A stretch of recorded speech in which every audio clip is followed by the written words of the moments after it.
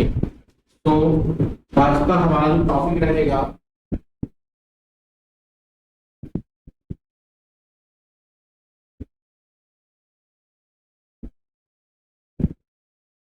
The sentences, the sentences, यानी हिंदी में कहते हैं इसको वाक्य, वाक्य। इंग्लिश में क्या कहते हैं? सेंटेंस। इंग्लिश में क्या बोलेंगे? सेंटेंस। और हिंदी में बोलते हैं वाक्य। अब अपने सामने परिभाषा प्रश्न ये है कि सर ये होता क्या? ये होता क्या? किसे सेंटेंस कहते हैं, किसे वाक्य कहते हैं? क्या ये दोनों एक ही है या अलग? सबसे बड़ा प्रश्न तो ये। देखो, जब हिंदी में बात करते हैं, मुझे खाना खाना है, आज मैं कोचिंग नहीं जाऊंगा, ठीक, आज मैं क्लास अटेंड नहीं करूंगा, बोलते कि नहीं बोलते? मम्मी आप मुझे एक गिलास पानी दे दीजिए, है ना? तो ये सारे के सारे क्या है? वाक्य तो है वाक्य की नहीं बात। इसी प्रकार इंग्लिश में भी वाक्य शब्द को सेंटेंस के नाम से, किस नाम से जानते हैं? सेंटेंस के नाम से। अब प्रश्न ये है कि इसकी सब परिभाषा क्या? A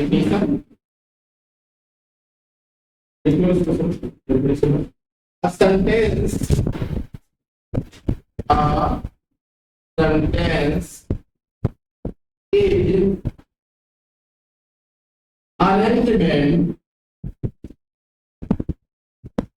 arrangement group of words, group of words that make a complete, that make a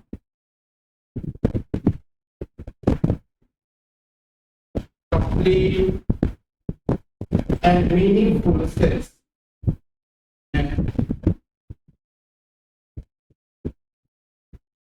Meaningful sense.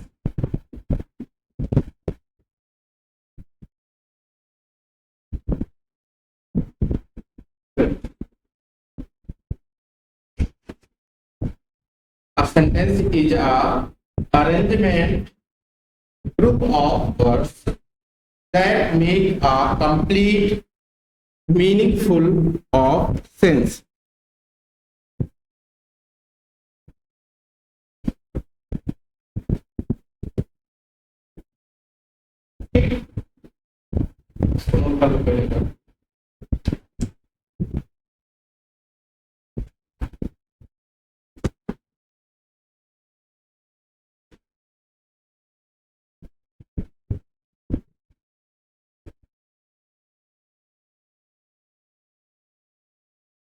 ठीक है, आगे बढ़ते हैं। अब प्रश्न ये है कि सर इसकी आवश्यकता क्यों पड़ी? लिख सकते हैं व्हाई नीड टू सेंटेंस, या वाक्य की आवश्यकता हमें क्यों पड़ी? प्रश्न ये भी है हमारे से। डिफिनेशन तो लिख लीजिए। डिफिनेशन है a sentence is a group of words to make a complete meaningful of sense। इसको परिभाषा समझा दूंगी, जरूरत क्यों? तो ध्यान रखना, इंसान यानी मनुष्य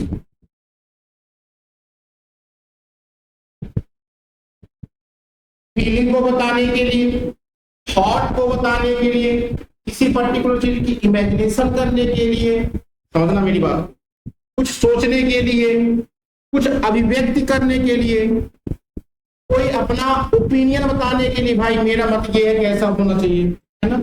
तो सेंटेंस की आवश्यकता कहाँ पड़ी? यहीं पे पड़ती है। यदि आप कोई चीज की अभिव्यक्ति करना चाहते हैं, किसी को अपना थॉट बताना चाहते हैं, अपने आइडियाज को बताना चाहते हैं, अपने अंदर की जो चीजें आपके अंदर चल रही है उसको अभिव्यक्ति करना है, अगले व्यक्ति के सामने रखना है, तो रखने के लिए हमें वाक्य की आवश्यकता होती है। मैं आपको यहाँ पे पढ़ा रहा हूँ, लेक्चर दे रहा हूँ, तो हर चीज मुझे बुक से तो नहीं मिल रही। बुक से मुझे क्या मिला? कॉन्सेप्ट बेसिक मिल गया, लेकिन उसी कॉन्सेप्ट को, यदि बुक का मैं कॉपी पेस्ट तो नहीं कर रहा, मैं यहाँ पे जो बोल रहा हूँ अपने खुद का लॉजिकल चीज लगा के आपके दिमाग में डाल रहा हूँ, दैट इज अभिव्यक्ति। इसलिए हमें इसकी आवश्यकता पड़ी इस तरीके से। इसको हिंदी में बात करें तो सेंटेंस हिंदी का सीधे सीधे परिभाषा मान के दिमाग में रख लो, सेंटेंस एक शब्दों का समूह है। सेंटेंस जो है, वाक्य जो है, शब्दों का समूह। जैसे एग्जाम्पल समझो, लिख लो, सबको लिख सकते हो, लिख लेना। वाक्य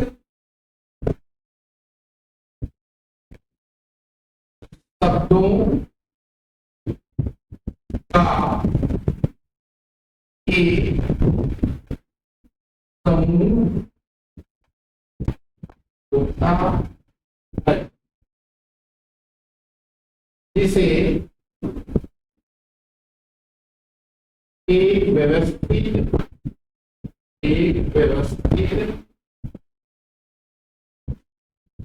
तरीके से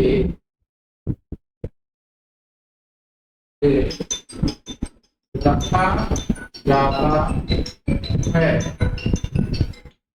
ठीक है, एक व्यवस्थित तरीके से रखा जाता है। साथ ही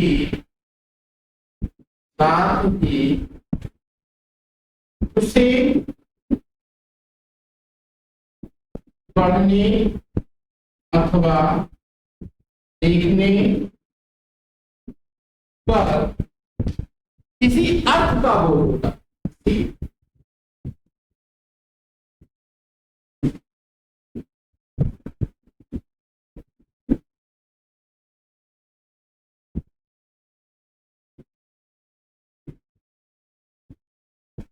तो सेंटेंस के हमें 3 पॉइंट को हमेशा लेकर चलना है।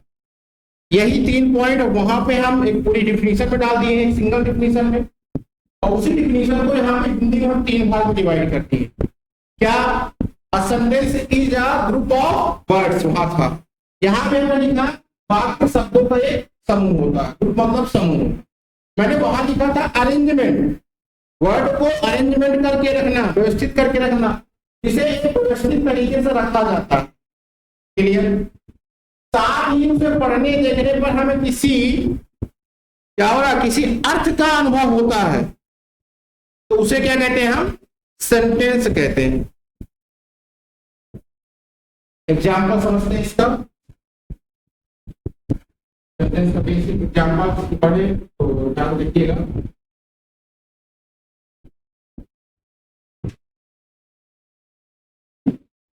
What is your name? दूसरा एग्जाम्पल के तौर पे ही देखें।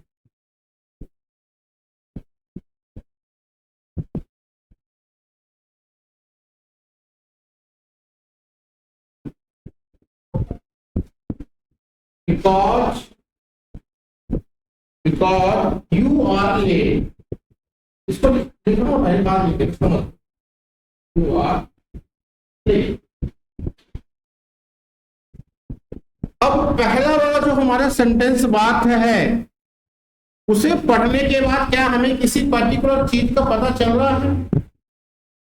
परिभाषा को देखो, मैंने परिभाषा बताया, हिंदी में दिमाग रखो कि सेंटेंस क्या होता है? शब्दों का समूह होता है। तो क्या हमें पहले परिभाषा के बारे में लिखना पड़ेगा? इसके शब्द है, एक शब्द, 2, 3, 4 शब्द के समूह तो है। यहां भी वही चीज है। इसका मतलब क्या हुआ? What is your name? क्या मतलब हुआ इसका? आपका क्या नाम है? और सेकेंड मतलब क्या हुआ? बिकॉज यू आर लेट, इसका मतलब क्या हुआ? क्योंकि आप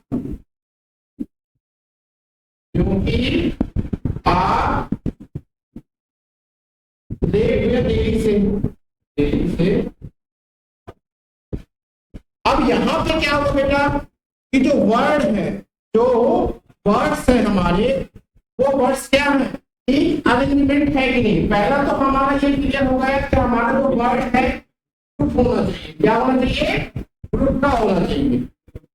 एक पहला कॉन्सेप्ट ये है कि हमारा जो वाक्य है, जो हमारा सेंटेंस है, एक ग्रुप में होना चाहिए। एक तो ग्रुप है, ये तो शब्द है ना, बहुत सारे शब्द है, बहुत सारे वर्ड है। तो फर्स्ट प्रायोरिटी ये वो तो ग्रुप ऑफ वर्ड्स है। सेकेंड प्रायोरिटी ये है कि व्यवस्थित है कि नहीं। व्यवस्थित का मतलब होता है अरेंजमेंट करना। तो हमने क्या बताया था, अरेंजमेंट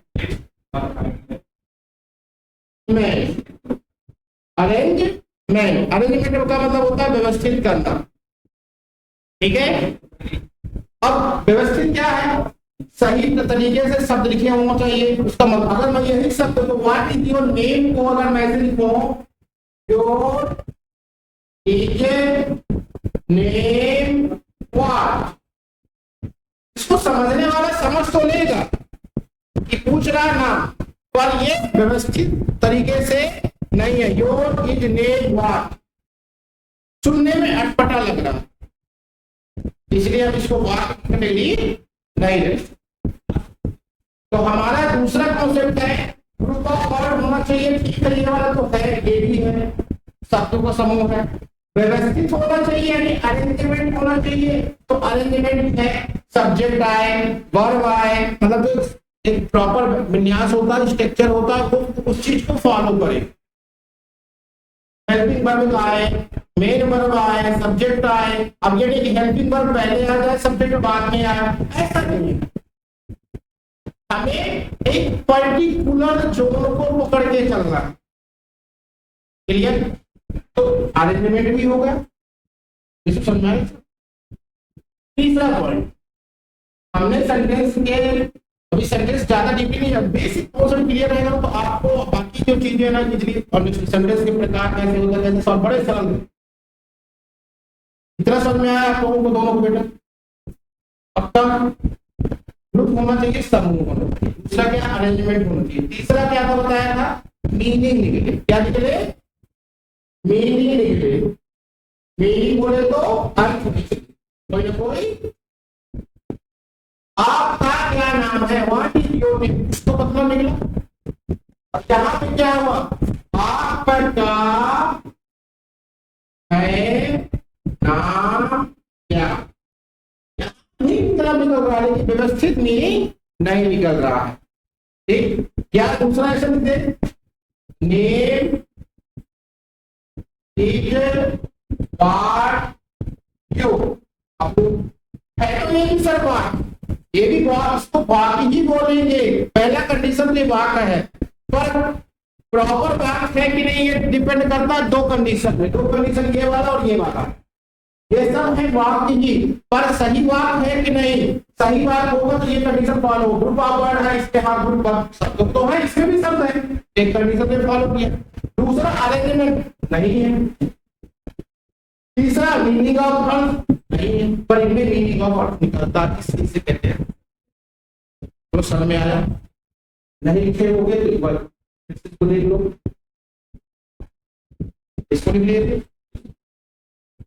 क्या समझो, क्यों आवश्यकता पड़ी हर व्यक्ति को, हर इंसान को अपने भाषा में बात करने के लिए सेंटेंस के। प्रश्न ये भी है, क्या सर मनुष्य भर है ये सेंटेंस की आवश्यकता पड़ती है?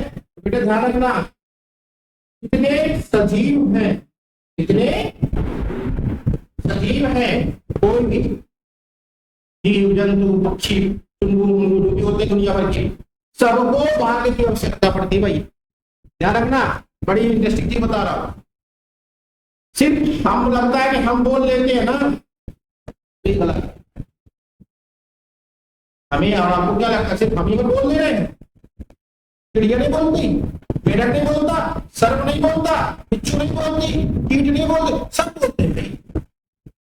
जो लोग सजीव हैं, जिनमें सांसें चल रही हैं, सब की सब बोलते हैं, बस शर्त हमें उनकी भाषा समझ में एकदम से नहीं है। राइट?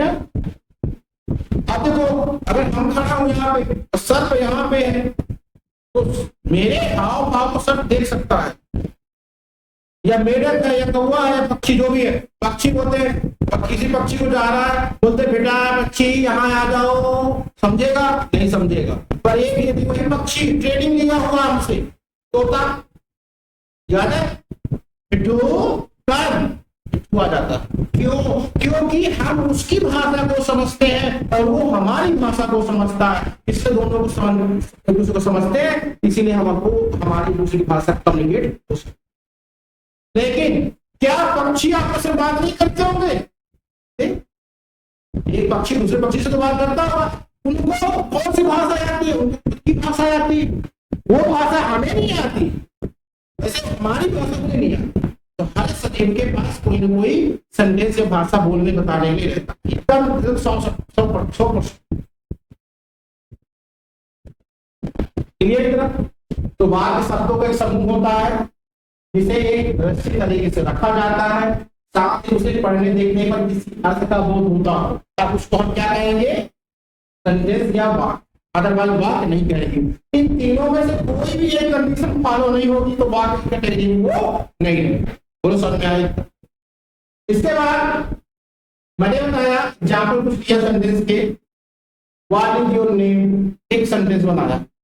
तो पहला क्या? शब्दों का समूह है, हाँ 1 2 3 4 4 वर्ड है ना, तो समूह हो गए शब्दों का। जैसे यहाँ पे ग्रुप हो गए, 4 बच्चों का एक ग्रुप हुआ ना, उसके बाद शब्दों का समूह हुआ। दूसरा है अरेंजमेंट करना। अरेंजमेंट करना मतलब व्यवस्थित करना। व्यवस्थित है क्या? सारे एकदम सब्जेक्ट आया है, वर्ब आया, उसका फिर ऑब्जेक्ट आया, तो ऐसे करके सब अरेंजमेंट के साथ रखे, तो ये भी है। तीसरा, पढ़ने के बाद क्या हमें कुछ मतलब समझ में आ रहा है? हाँ सर, ये पूछ रहा है कि आपका क्या नाम, क्या कहेंगे बेटा? सेंटेंस। बोलो समझ में आ जाएगा पक्का? इसको नोट कर दिए हो, फटाक से नोट करो। हालांकि आपको अगर नोट ना भी कर दो तो आपको वीडियो मिल जाएगी घर पे भी जाके, इसका कर दो, ठीक? वीडियो मेरा लाइव वीडियो मिल जाएगी आपको, ठीक? Kinds of sentence. Kinds of sentence. वाक्य के प्रकार।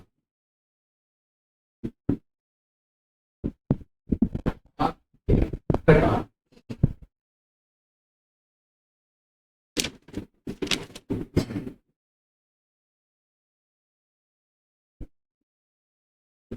देखो बेसिकली देखा जाए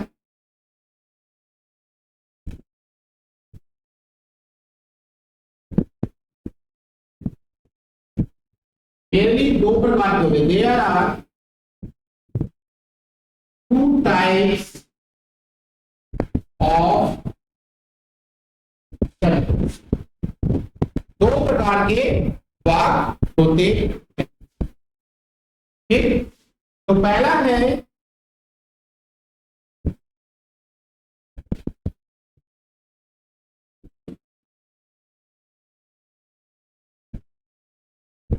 according to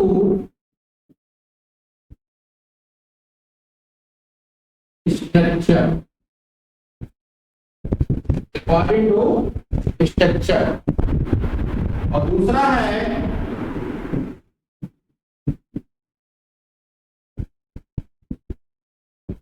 according to meaning, according to meaning, ठीक? अकॉर्डिंग टू स्ट्रक्चर और अकॉर्डिंग टू मीनिंग। यहाँ पे क्या बोल रहे हैं? काइंड्स ऑफ सेंटेंस मतलब सेंटेंस के प्रकार।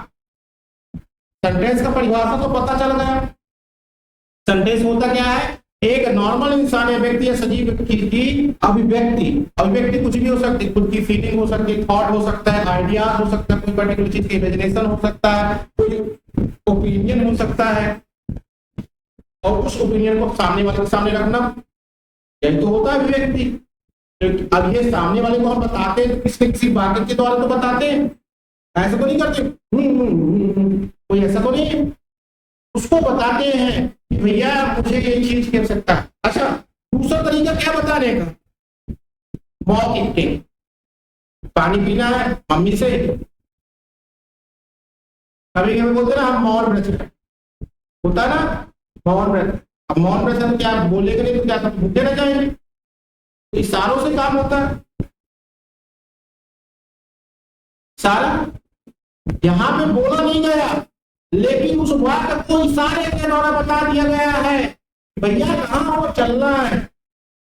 और ये सारा हर व्यक्ति की समझ, जिसको बोला था वो समझ में आया।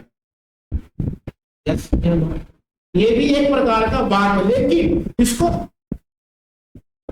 पूर्ण वाक्य नहीं कहेंगे, इसे कहेंगे मॉक बेस, इशारों का वाक्य। तो वो होता है जिसमें शब्द आए, वर्ड आए, जिसे बोला जाए, जिसे पढ़ा जाए, इशारा लीजिए।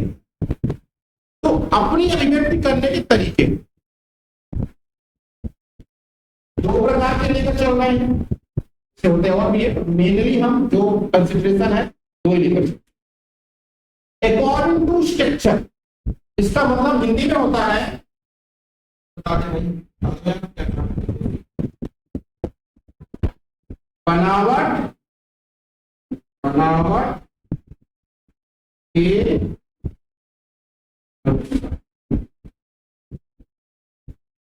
इसके अनुसार, बनावट के अनुसार। दूसरा क्या है, अकॉर्डिंग टू मीनिंग, अर्थ के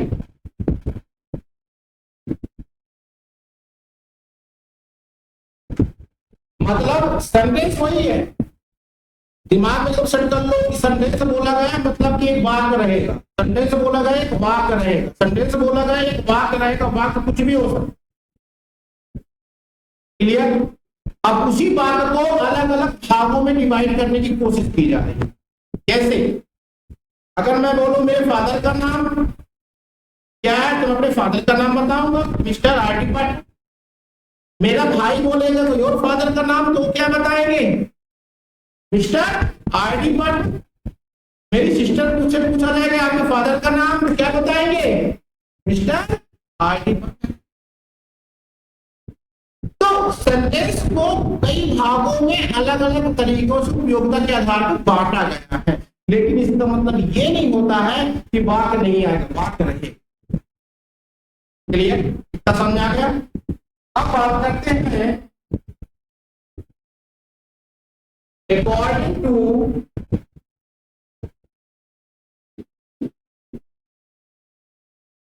स्ट्रक्चर।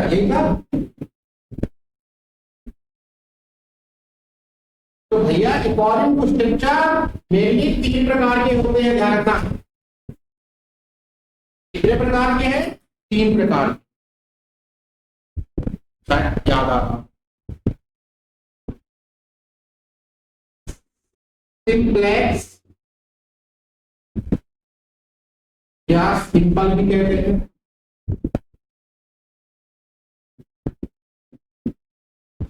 सिंप्लेक्स या सिंपल सेंटेंस। दूसरा कहते हैं कंपाउंड सेंटेंस। ये आपके सिलेबस के अकॉर्डिंग पढ़ाई कर रहे हैं बेटा, जल्द वाले विद्यार्थी आपको भी कंपाउंड सेंटेंस। और थर्ड क्या होगा संतोषी? कॉम्प्लेक्स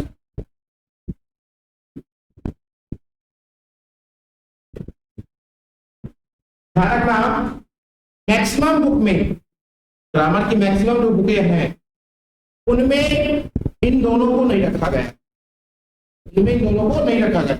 यदि किसी में ये होगा तो दूसरा वाला नहीं मिलेगा, अगर वो वाला होगा तो ये वाला नहीं मिलेगा। ये मैक्सिमम बुक में आता है, लेकिन अगर दोनों को अलग अलग बुकों से इकट्ठा करके पढ़ोगे तो आपके ज्यादा बेनिफिट हो। तो मैंने यहाँ पे वही चीज किया कि आपको कंटेंट पूरा क्लियर होना चाहिए। आई होप आपको यहाँ तक सामने आ गया। सेंटेंस क्या होता है? वाक्य की आवश्यकता क्यों पड़ी? हमें अपनी भाषा को, अपनी फीलिंग को, अपने अभिव्यक्ति को, अपने आइडियाज को, अपने थिंकिंग को, अपने थॉट को सामने वाले को बताने के लिए हमें वाक्य की आवश्यकता पड़ती है।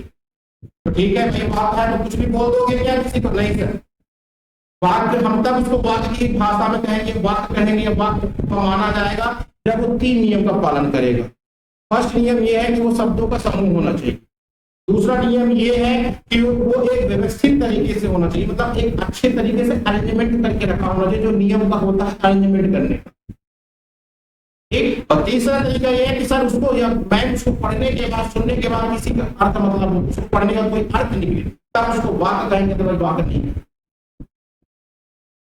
ठीक, अब प्रश्न ये है आगे आपके सामने कि प्रकार कितने होते हैं, सेंटेंस को कितने भाग में बांटा गया। तो साधारणतः दो भाग लेकर चलते हैं अकॉर्डिंग टू स्ट्रक्चर। स्ट्रक्चर का मतलब बनावट, अकॉर्डिंग टू स्ट्रक्चर मतलब बनावट। जैसे बोले कि ये बिल्डिंग क्या है, बनावट है कुछ ना कुछ इस बिल्डिंग का, इस बिल्डिंग की एक अलग बनावट है, दूसरी बिल्डिंग का अलग बनावट है, तीसरी बिल्डिंग का अलग बनावट। तो स्ट्रक्चर का मतलब होता है बनावट। कौन से सेंटेंस को क्या क्या कहेंगे, तो वो बनावट के आधार पे तीन होंगे, बनावट के आधार पे तीन होंगे। आपके सामने है सिंपलेक्स, कंपाउंड और कॉम्प्लेक्स। इसको हिंदी में क्या कहते हैं, सिंपलेक्स कोई बता दो भाई। सरल, सरल, सरल। कंपाउंड को हिंदी में क्या कहते हैं, एनीवन?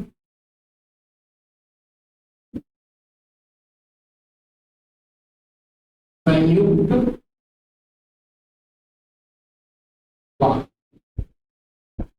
कंपाउंड मतलब जोड़ना, दो लोगों को संयुक्त कर देना, कंपाउंड हो गया। सिंपलेक्स सरल, सिंपल मतलब ऐसा बात जो सरल होगा, बात एक यूनिक सिंपलेक्स का। और अगर इसे थोड़ा सा कंपाउंड कर देंगे, दो बार हो जाएंगे तो जोड़ देंगे तो कंपाउंड। और कॉम्प्लेक्स तो कहते हैं मिश्रित बात, मिश्रित या जटिलिफिकेशन। कोई डाउट बन जाएगा पक्का? पूछ लो संतोषी,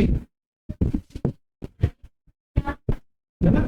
मेरी भी ठीक रहेगा नहीं भैया, समझ में आया होगा किसी यहां से? क्लियर की क्रिस्टल क्लियर? पर्सनल नाम क्या बेटा आपका? अनुराग और अनिकेत, समझ में आया? क्लियर है कि क्रिस्टल क्लियर? क्लियर, क्लियर का मतलब होता है यहां से हमने सुना और यहां से निकल गए, ये होता है क्लियर। क्लियर शब्द का मतलब होता है हमने यहां से सुना, क्लियर वर्ड की बात कर रहा हूं, यहां से सुना और यहां से निकल गया, क्लियर। और क्रिस्टल क्लियर का मतलब होता है यहां से सुना और यहां चला गया, मतलब उसकी एक परत बन गई, परत के अंदर सुरक्षित हो गया, ठीक है? जो समझ में आ जाता है उसको क्रिस्टल क्लियर हो। यहाँ आई होप आपको इतना समझ में आ गया होगा। ठीक, इसके बाद हम अगला जो टाइप है क्या था, अकॉर्डिंग टू मीनिंग, देखा ना, अकॉर्डिंग टू मीनिंग। अब मीनिंग के आधार पे सेंटेंस 5 होते हैं, अकॉर्डिंग टू मीनिंग के हिसाब से 5 तो सेंटेंस होते हैं। इसलिए बात करते हैं पहला,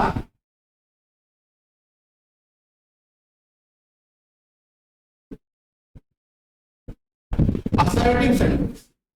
पहला क्या होता है, असर्टिव सेंटेंस, या इसको डिक्लेरेटिव भी कहते हैं। क्या कहते हैं?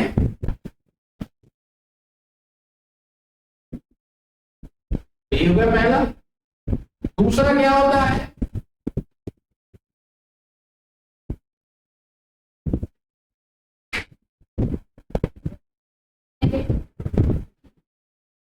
इंप्रेटिव।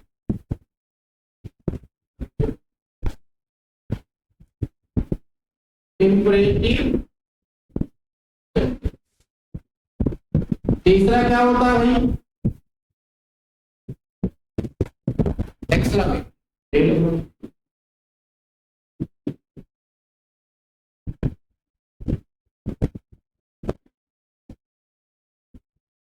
एक्सक्लेमेटरी सेंटेंस थोड़ा सा देखना पड़ेगा।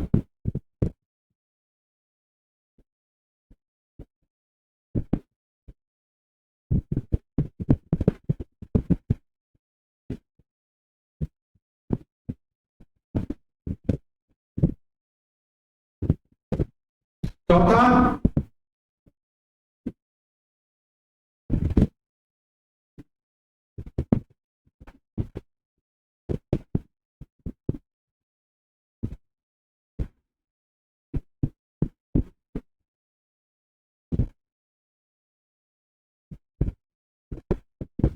ये होता कि ये होता, पहला वाला होता है कि लास्ट वाला, इंट्रोगेटिव की इंटेरोगेटिव। ये वाला, ये वाला होता है, ठीक है, याद रखना। और अक्सर बच्चे इस चीज में भी कंफ्यूज हो जाते हैं। तो तीसरा हमारा क्या होता है,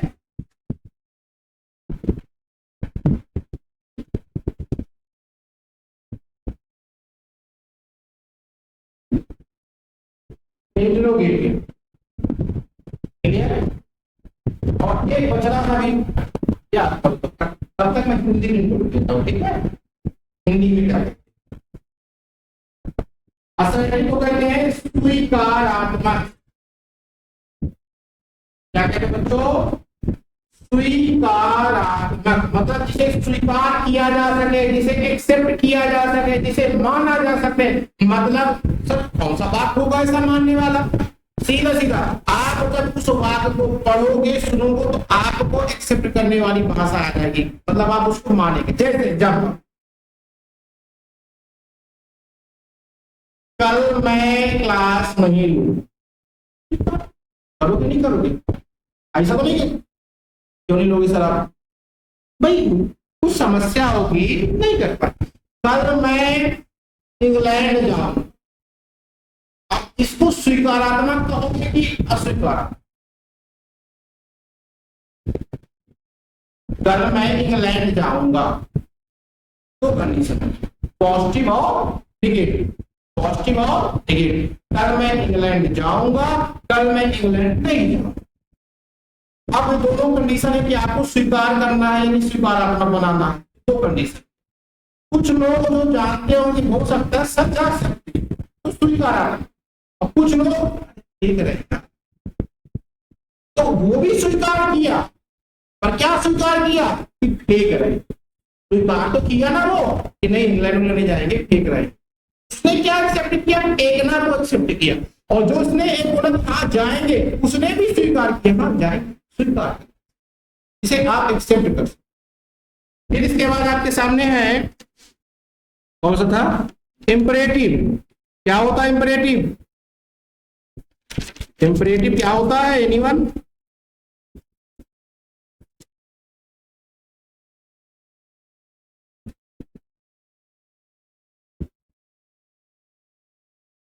सवाल या आदेशात्मक,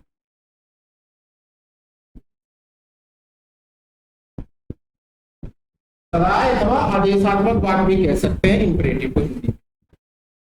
और एक्सक्लेमेटरी को क्या कहते हैं,